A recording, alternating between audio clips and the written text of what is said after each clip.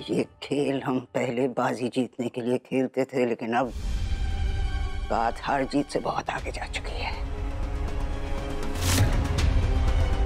अब हमें खेल बाजी जीतने के लिए नहीं खेलना है, अब हमें पूरी बिसात ही पलट देनी है। कभी कभी लगता है उस पत्थर की आंख वाले की बातों में कोई सच्चाई तो नहीं है। आप ऐसा सोच भी कैसे सकती हैं गायत्री? नागेश्वरी, चाहे जैसे भी हो, कोई भी औरत इतना नीचे नहीं गिर सकती कि सारी दुनिया के सामने अपनी इज्जत का तमाशा बनाकर रख दे। और आपने खुद देखा कि वो पत्थर की आंख वाला कितना घटिया आदमी है। नहीं, उसे सजा मिलेगी। उसके साथ साथ सजा आपको भी तो मिल रही है राणा जी। आप अपने हाथों से उसे मार डालने वाले हैं। आप एक राजा हैं। आपका काम है सजा सुनाना, सजा देना नहीं। कैदी राणा जी से मिलने की जिद करेगा किसी भी हालत में। इस कैदी की मुलाकात राणा जी से नहीं होनी चाहिए। जी। जिंदगी में कोई राज हमेशा राज नहीं रहता। इस राज को पर्दे में रखने के लिए हमने क्या कुछ नहीं किया।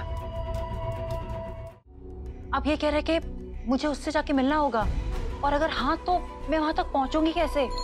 शूर्पणखा की समझ ना आवे, उसकी मैया क्या समझावे।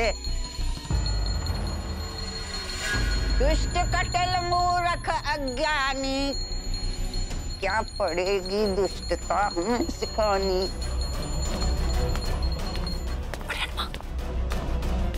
प्राण जाए पर बचन न जाए। हम जानते हैं कि आपको, राणा जी को, गायत्री रानी को हम पर विश्वास नहीं होगा, लेकिन हमारे मन में एक ज्योत जल उठी है। अब तो ये ज्योत मन के सब पापों को जलाकर खाक कर देगी।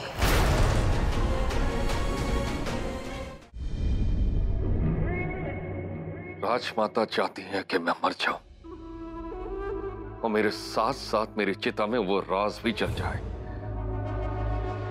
मैं इस धोखे के लिए उन्हें कभी माफ नहीं करूंगा। मैं भले ही मर जाऊं, पर वो राज हमेशा जिंदा रहेगा। पर कैसे? तुम तो यहाँ बंद हो, ऐसे में कर भी क्या सकते हो तुम?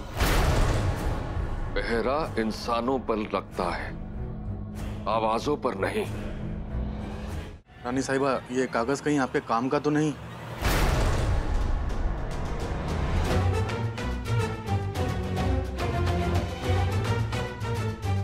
शुक्रिया।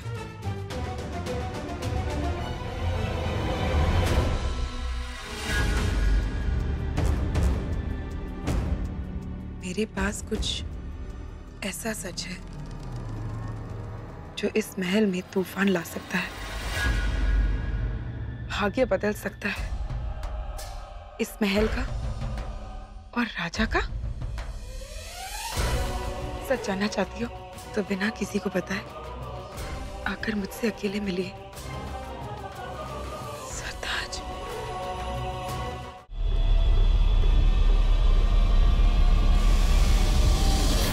आपने अकेले आकर सही किया। सही और गलत का फैसला मैं आपकी बात सुनने के बाद करूंगी। आप बहादुर हैं और समझदार भी। आप वाकई रानी बनने योग्य हैं। मैं यहाँ अपनी झूठी तारीफें सुनने नहीं आई हूँ, सच सुनने आई हूँ। जो आप मुझे बताना चाहते थे, क्या है वो सच, और राणा जी का उससे क्या लेना देना है? मैं सिर्फ इतना कहना चाहता हूँ कि अगर आप राणा जी को बचाना चाहती हैं, तो आपको मुझे बचाना होगा। मुझे मालूम ही था आप मुझसे अपनी माफी की फरियाद मांगेंगे, पर मैं ऐसा नहीं करूंगी। अगर आप कुछ और कहना चाहते हैं तो कह दीजिए, वरना समझिए कि हमारी मुलाकात यहीं खत्म हुई। अगर तुमने राणा जी को नहीं रोका तो उनके हाथों एक बहुत बड़ा पाप हो जाएगा। पाप? आप पाप की बातें कर रहे हैं?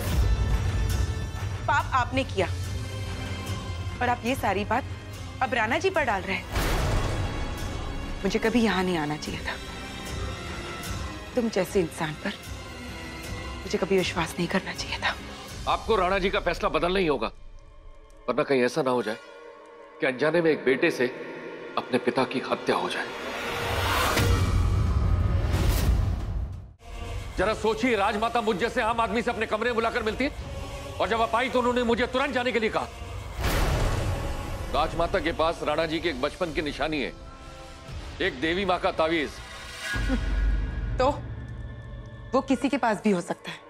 जब आप वो तावीज खोलकर देखेंगी तो उस पर मेरा नाम मिलेगा। क्या ये भी किसी के पास होता है?